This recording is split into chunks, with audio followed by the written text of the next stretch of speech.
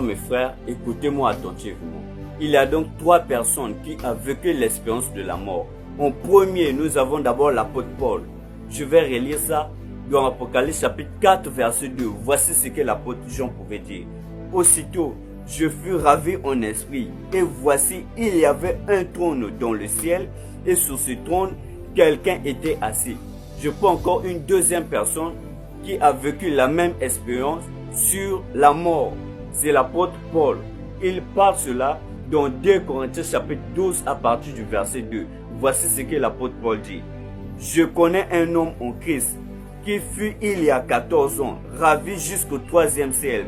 Si ce fut dans son corps, je ne sais. Si ce fut hors de son corps, je ne sais.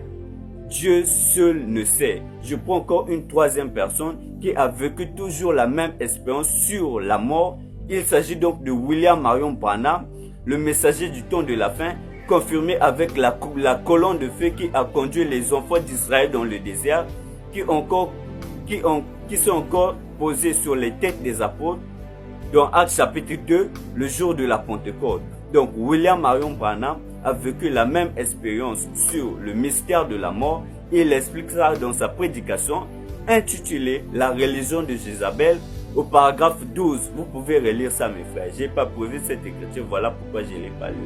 Donc ici, voilà pourquoi mes frères, vous devez comprendre que la chose essentielle ici, il s'agit donc de l'âme. C'est l'âme, c'est notre âme qui est la chose la plus chère.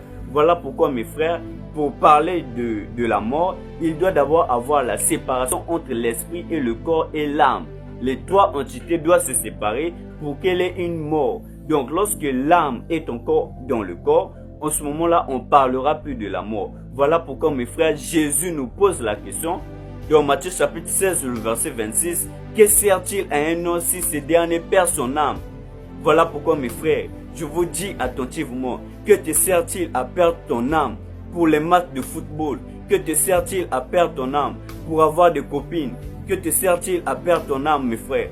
Si et seulement si tu ne suis pas Jésus, parce que derrière ça, il y a la mort qui va venir à toi. Et lorsque la mort va venir mes frères, tu ne vas plus vivre. C'est la seconde mort qui va t'attendre.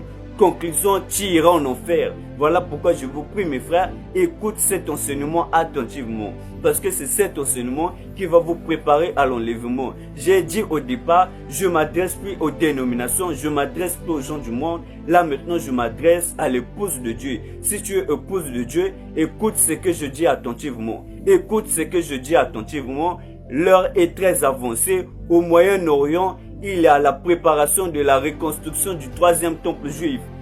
Mes frères, écoutez ce que je vous dis, sinon vous allez manquer l'enlèvement par manque de votre discrétion. Et je ne serai plus responsable de ça parce que j'ai présenté le message de l'heure.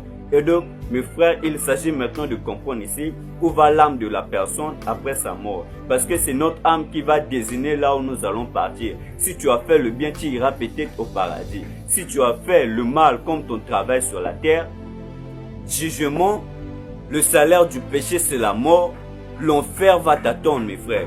Donc il s'agit ici ensuite de situer donc l'enfer et le paradis mes frères. Écoutez ça attentivement. J'espère que jusque là vous ouvrez vos oreilles pour m'écouter.